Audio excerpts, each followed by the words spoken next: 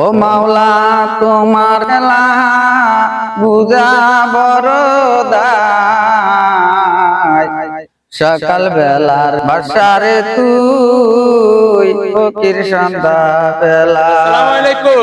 ওয়ালাইকুম সালাম। কি ভাই মনে যে অনেক আনন্দ? আরে আনন্দ থাকবো না মানে আমি কি কোন এটা আমরা দেখেন না গত এই যে 2-3 দিনে কি হয়ে গেল, কি হয়ে গেছে?